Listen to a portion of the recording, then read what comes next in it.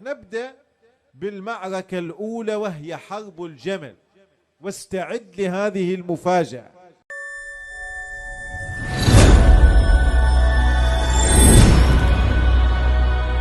التاريخ الإسلامي نقل لنا صورا عظيمة عن جهاد الإمام الحسن عليه السلام. أي جهاد نقصد؟ جهاد القتال، جهاد السيف والسنان.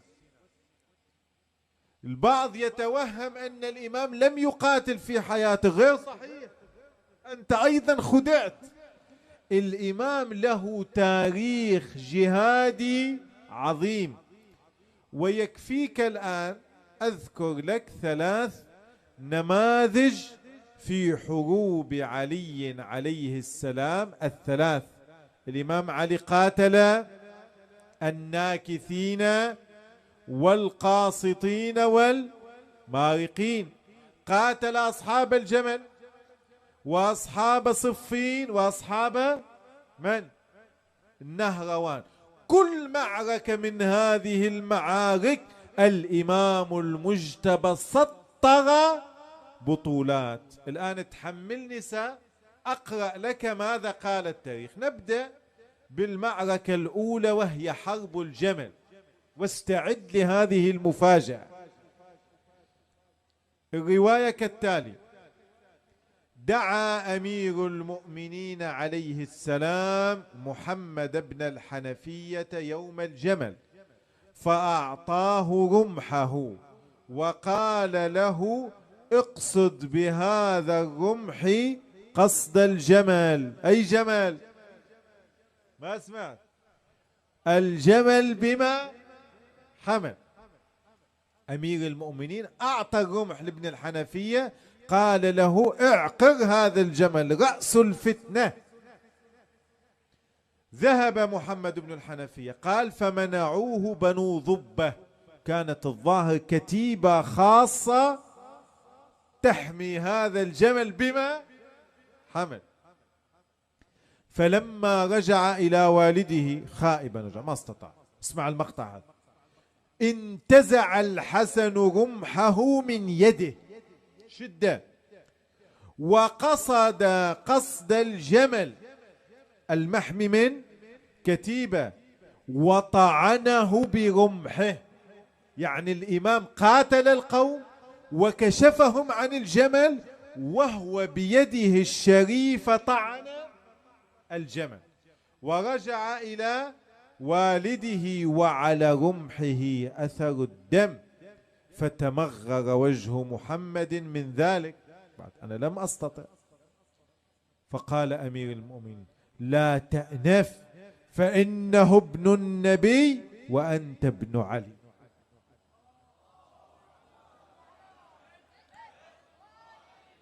يعني الإمام الحسن عليه السلام لوحده في يوم الجمل استطاع أن يخوض في قلب الجيش ويدخل، وليس فقط يصل إلى الغاية، لا، هي أصعب شيء أن تصل إلى الغاية. وصل إلى رأس الفتنة وهو الجمل الذي كانت تحميه قبيلة كاملة، فكشفهم وقتل الجمل، عقر الجمل بيده. هذه بطولة وشجاعة، من يستطيع أن يقوم بهذا الشيء؟ هذه شجاعة حسنية يسطرها لنا التاريخ. هذا مشهد. مشهد ثاني في صفين، عندما قاتل الإمام القاسطين. أمير المؤمنين عليه السلام بعث الإمام الحسن لحث الناس وتحريضهم على القتال. التحريض على القتال في ذلك الوقت لا يكون إلا من مقاتل، لأن الجمهور لا بد أن يروا فيك شدة، يروا فيك العنف. حرض المؤمنين على القتال. الإمام عليه السلام، الإمام المجتبى، هو الذي خطب في القوم وجمعهم للقتال، ومن كلامه هذا الشيء.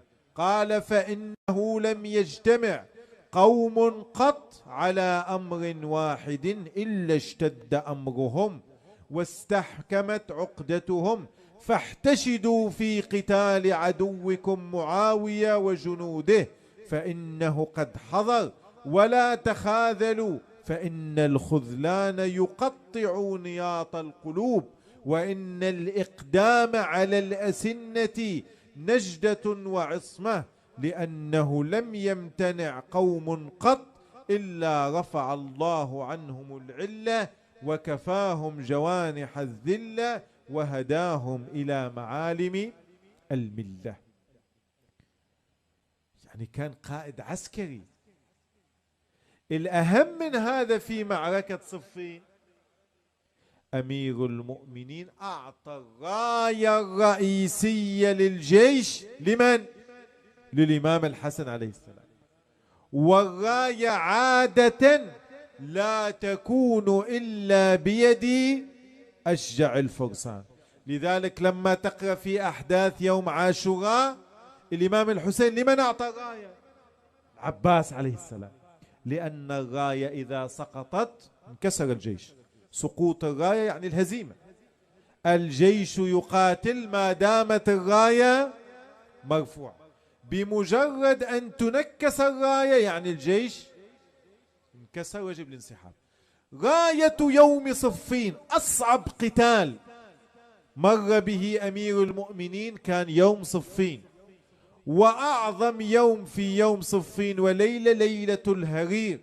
وهذه صفين تحتاج لها سلسلة محاضرات مثل الآن بحيث نعرف الأحداث التي حصلت في ذلك الوقت في هذه الحرب الصعبة وفي هذه الليالي المظلمة. الراية كانت بيد أبي محمد الحسن بن علي عليه السلام. معقول تعطى الراية بيد إنسان لا يحب القتال؟ لا، هذه حقائق تاريخية. أيضا لا أريد أن أطيل، في النهروان أمير المؤمنين الإمام الحسن عليه السلام أذاق الخوارج الأمرين، بل كان مكلفا بحماية المدن من غدر الخوارج. إذن الجواب الثاني أن الواقع التاريخي يثبت أن الإمام المجتبى عليه السلام كان رجل حرب وقتال.